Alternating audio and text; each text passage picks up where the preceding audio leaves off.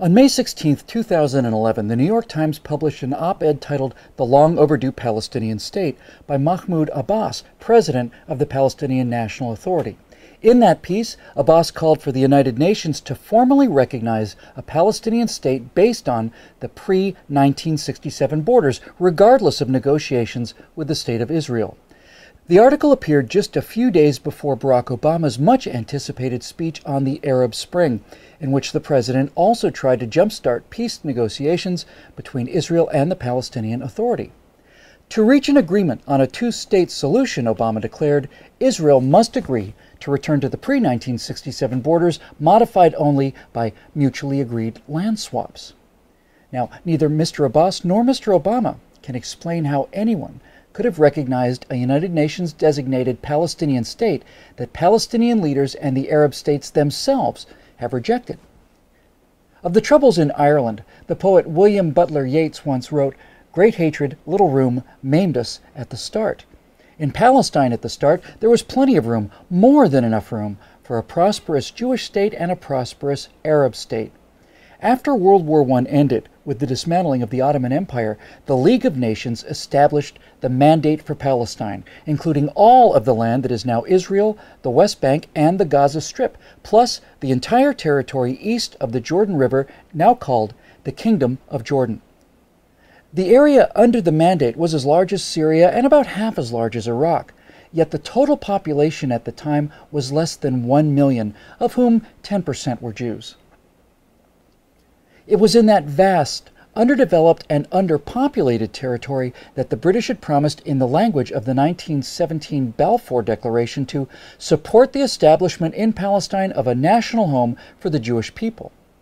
The declaration also promised that nothing shall be done which may prejudice the civil and religious rights of existing non-Jewish communities in Palestine. Open Jewish immigration to the Holy Land was encouraged, as was freedom of speech, religion, and assembly for the Arabs of Palestine, rights they had sorely lacked under Turkish rule.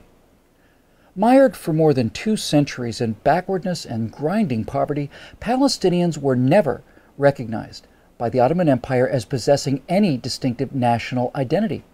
The Palestinians quickly took advantage of their new freedom to speak bluntly, demanding a stop to the Jewish immigration which had just begun.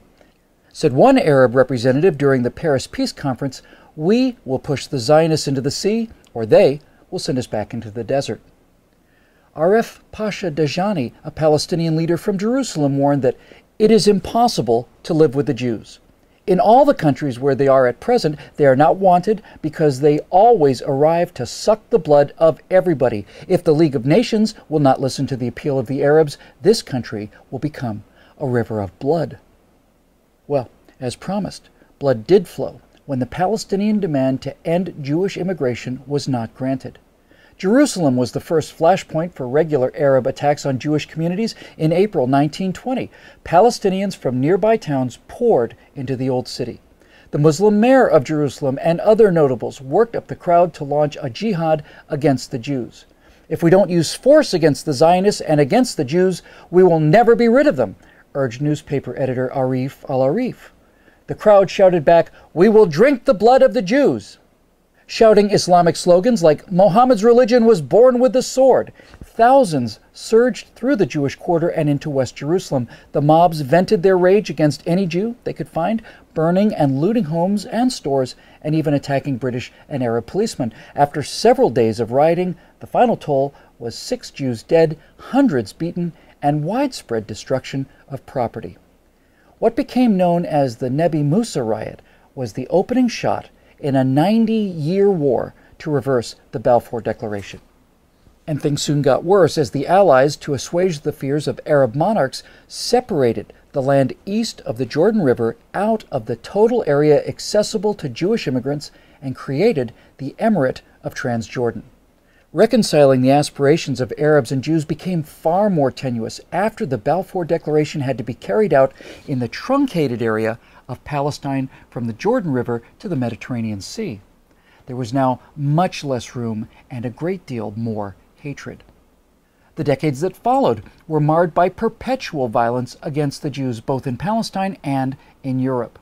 The two were often linked. Under the leadership of the Grand Mufti and President of the Supreme Muslim Council, Haj Amin al-Husseini, the Arabs of Palestine waged an endless jihad against their Jewish neighbors. When the British sent a royal commission to investigate a solution, the Jews, represented by Chaim Weizmann, pressed for a partition of the territory into two states, even if the territory assigned to the Jews was the size of a tablecloth. The Peel Commission's final report, published in July 1937, proposed such a division. The Jews were offered an independent state in a small enclave along the seacoast from Tel Aviv to the north of the country, constituting about 20% of the remaining Mandate territory, while the Palestinian Arabs would get 80% for their own state. Desperate for any means to be able to bring in large numbers of the endangered European Jews, the Zionists reluctantly accepted the Commission's partition plan. Led by the Mufti, the Arabs rejected partition out of hand and pressed on with the armed revolt against the Mandate. The British succeeded in putting down the violence for a time. Al-Husseini was sent into exile, ultimately in Hitler's Nazi Germany, where he lived as a special guest of the Führer. But severe limitations were placed on Jewish immigration to the Holy Land in the years leading up to the Holocaust that undoubtedly directly led to the death of many thousands of European Jews. Now, following the atrocities of the Second World War, Britain relinquished authority over the Mandate to the newly formed United Nations. The UN created yet another commission to try to figure out what to do with the contested territory. The United Nations Special Committee on Palestine recommended, by a vote of 7-3, yet another two-state solution, another partition plan to the General Assembly. This plan would have seen the territory divided almost equally between Jews and Arabs. Once again, the Zionists made public their acceptance of the proposal, and once again, Arab officials announced that any partition would be met with rivers of blood. Shortly after the UN vote, the 20-member Arab League sent their newly organized Arab Liberation Army against the Jews of Palestine. Elements of 5 regular Arab armies from Egypt, Jordan, Syria, Iraq, and Lebanon invaded Israel on May 15, 1948. Arab League Secretary General Abdul Rahman Azam vowed, "This will be a war of extermination and a momentous massacre, which will be spoken of like the Mongol massacres and the Crusades." But despite their overwhelming numbers and heated rhetoric, after a year of fighting, it was the Jewish state that had won a decisive victory. Based on the 1949 armistice lines, Israel's territory expanded by almost 40%. The Palestinian Arabs were the big losers.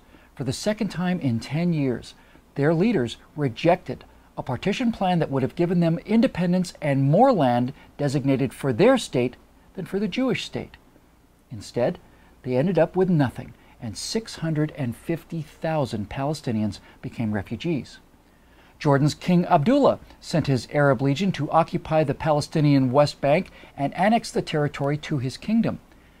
Egypt took the Gaza Strip and for the next 18 years denied Palestinians any civil rights. It never occurred to the rulers of Jordan or Egypt to create a state for the homeless Palestinians, nor did new Palestinian leaders like Yasser Arafat protest this occupation of their land by foreign rulers.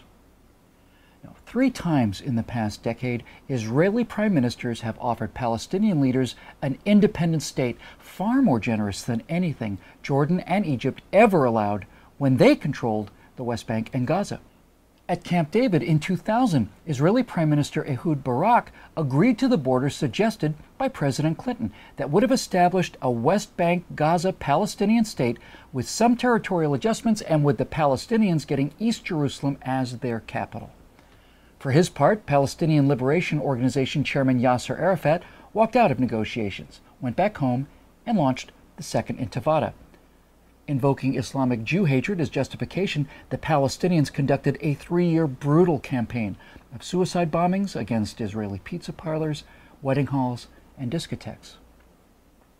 In 2005, Israeli Prime Minister Ariel Sharon decided that it was against Israel's security interest to govern the 1.1 million Palestinians in the Gaza Strip. Sharon dismantled all of the Jewish settlements and pulled Israeli forces back across the 1967 borders between Israel and Gaza without even any land swaps. As an added bonus, Israel left the Palestinians a thriving flour export industry to help jumpstart the local economy. the Palestinians' response to this generosity? Well, first they destroyed the donated greenhouses, and then they launched a war of missiles and rockets against civilian targets in Israel. In a September 2008 meeting in Jerusalem, then Israeli Prime Minister Ehud Olmert presented President Abbas with a detailed map of a future Palestinian state that, with land swaps, would constitute close to 100% of the territory of the West Bank and Gaza prior to the June 1967 war. Olmert also offered to divide Jerusalem, enabling the Palestinians to locate their capital in the eastern half of the city. Promising to come back the next day for further discussions, Abbas took Olmert's map to his Ramallah office, just a few miles outside Jerusalem, for his aides to study. But Abbas never returned with the map. This was the last time the Israeli and Palestinian leaders met. Many times over the last 63 years, both the international community and the State of Israel have offered the Arabs of Palestine their own state. Each time, these offers have been met by more violence against Jewish citizens. Neither President Abbas nor President Obama are ignorant of this fact. They simply both choose to ignore it. For Mr. Abbas, this refusal seems to be part of a consistent thread woven throughout the Arab war against the Jews. Mr. Obama's positions remain more mysterious.